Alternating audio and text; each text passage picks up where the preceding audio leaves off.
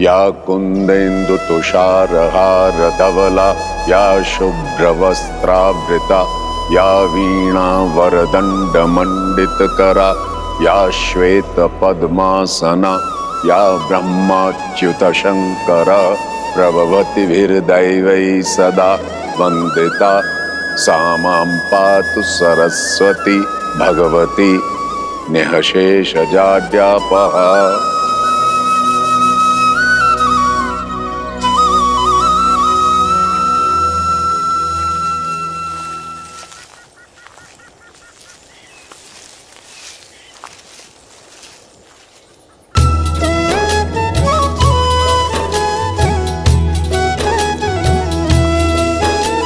संग सचिव सुचि भूरी भट, भूसुर बर गुर ज्ञाति, चले मिलन मुनि नायक ही, मुदित राउ एहि भांति। बड़ी बात ब्रह्मर्षि,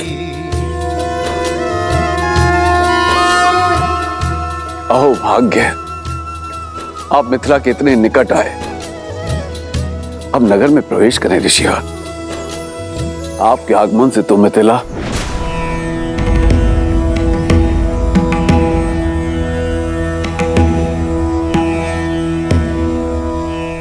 राजमहलों का सुख और ऐश्वर्य हम बहुत पहले त्याग चुके हैं मिथिलेश। उचित है गुरुवर, मैं आपकी सुविधाओं का प्रबंध यहीं करा दूंगा। सुविधाओं का त्याग करने के पश्चात ही एक मनुष्य ऋषि बनता है राजा जनक।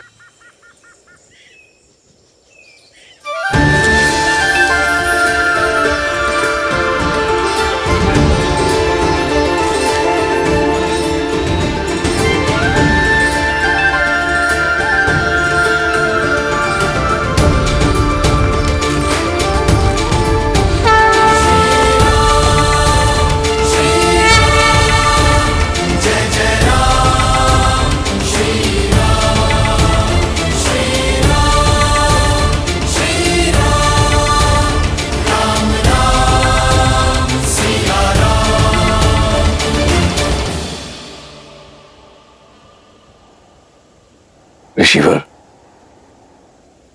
ये चंद्र जैसे दिखने वाले आपके अद्भुत शिष्य कौन है? ये अयोध्यापति महाराज दशरथ के ज्येष्ठ पुत्र राम है।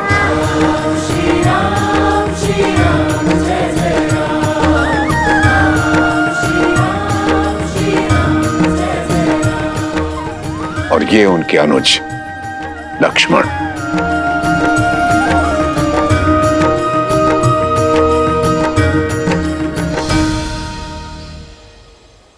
मैंने आप दोनों की पराक्रम और करुणा की गाथा सुनी कि कैसे आपने ताड़का और देवी अहिल्या का उद्धार किया। आपके आगमन से मिथिला धन्य हो गई। धन्य तो हम हुए तात कि राजर्षि जनक जैसे परम ज्ञानी से भेंट हुई और साथ ही पवित्र नगरी मिथिला और परम पावन पिनाक के दर्शन हुए।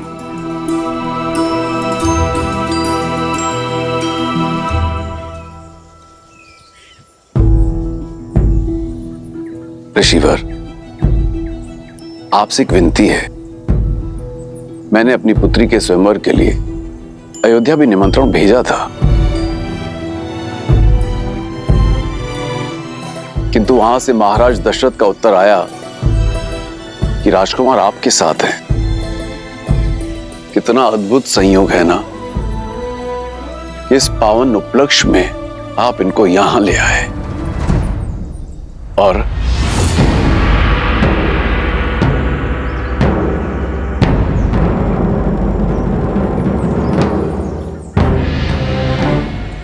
राजन, मिथिला और अयोध्या की राजनीतिक चर्चा में हस्तक्षेप करना ना तो किसी ऋषि का आचरण है और ना ही अधिकार।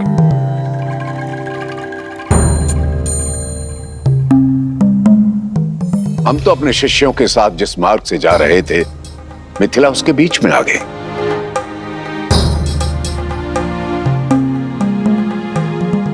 हमारा मंतव्य केवल मिथिला नगरी को देखना था, किसी स्वयंवर में भाग लेने नहीं आए।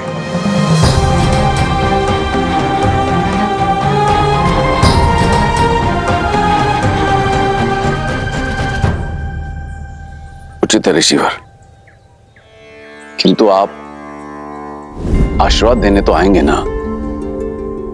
मुझे आपकी और राजकुमारों की प्रतीक्षा रहेगी। इस विषय पर हम विचार करेंगे राजन। और रही बात आशीर्वाद की, वो तो यहीं से आपके साथ है। ये मेरी ओर से भूमिजा के लिए। जैसी आपकी इच्छा।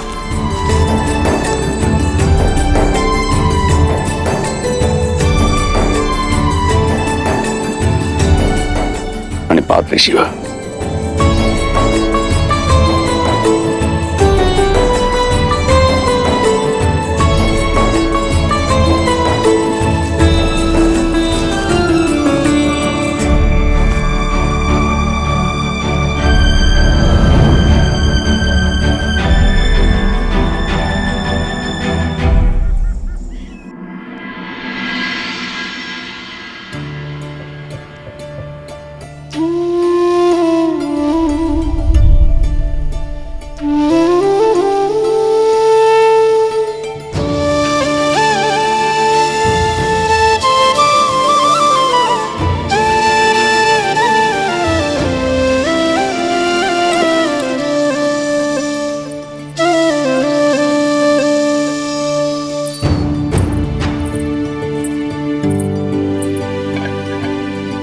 पिताश्री लौट आए ब्रह्म ऋषि विश्वामित्र से मिलकर?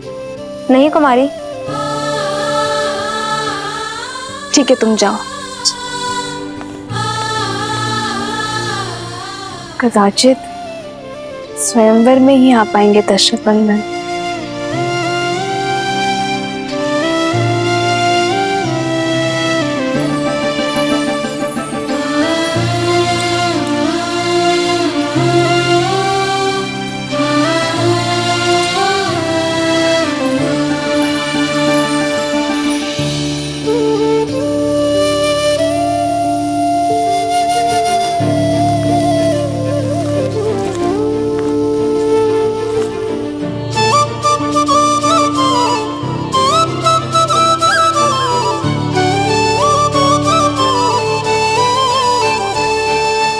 भैया,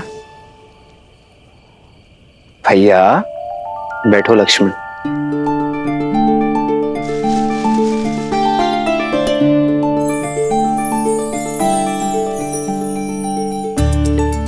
क्या बात है भैया, आज आपके चिंतन में चिंता का भाव नहीं, आनंद का भाव है।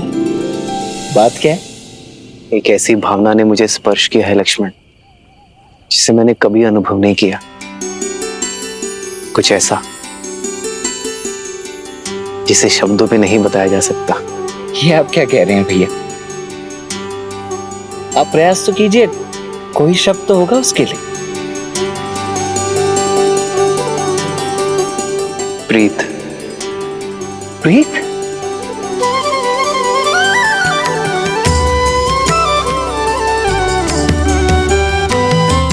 नहीं जानता ये उचित है या नहीं लक्ष्मण, किंतु ऐसी अनुभूति आज तक किसी को देखकर नहीं हुई, जिसे युगों युगों से हम एक दूसरे के साथ हों, जैसे उनकी जीवन यात्रा मुझसे जुड़ी हो। जनक पुत्री सीता,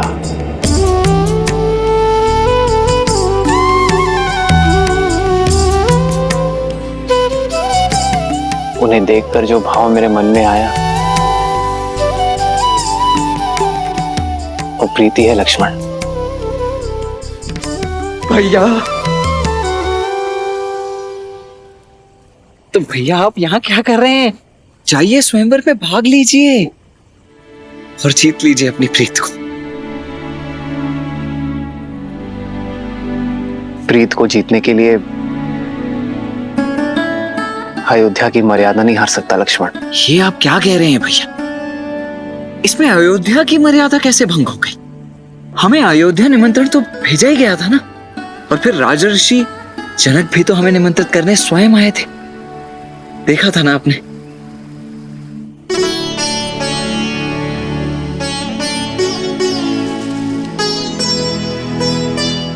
परंतु पिताश्री ने गुरुवर को हमारा उत्तरदायित्व सौंपा है लक्ष्मण।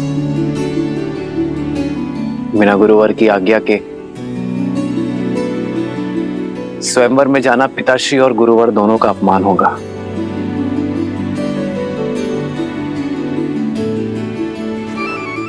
गुरुदेव को कैसे मनाएं?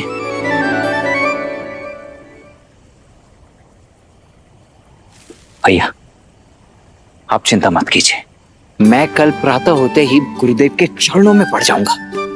कैसे भी कुछ भी करके आपको स्वयंवर में भेजने के लिए उन्हें मना ही लूंगा।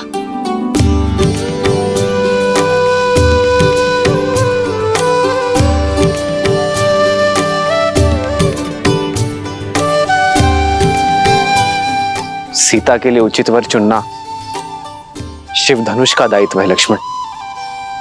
मेरी कामना है उन्हें सर्वश्रेष्ठ वर मिले जिसकी वो पात्र है।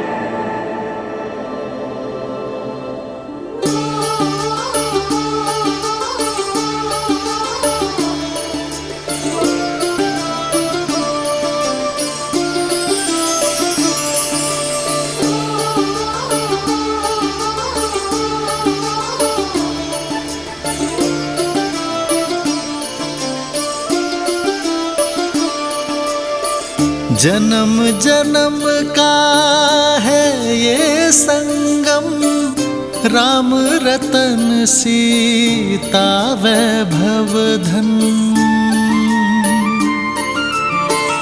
एक है पौरुष एक समर्पण, एक है रूप तो दूजा दर्पण।